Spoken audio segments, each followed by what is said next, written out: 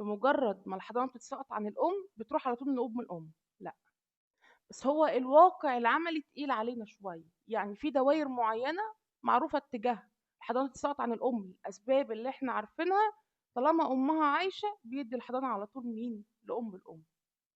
طب انظر للورق، شوف إذا كانت أم الأم دي أمينة وصالحة لرعاية الصغير ولا لأ.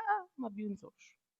بنطلع بيها في الاستئناف وبنقدم ورقنا قصاد قاضي الاستئناف وبنقول إن هي غير أمينة وإن هي مش هتراعي الصغير.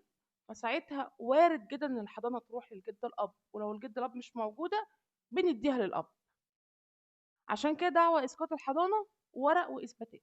معاك ورق هتعرف تثبته، هتعرف فعلا تطبق القانون الحالات اللي هو حددها لإسقاط الحضانة، وتجيب ورق على كده.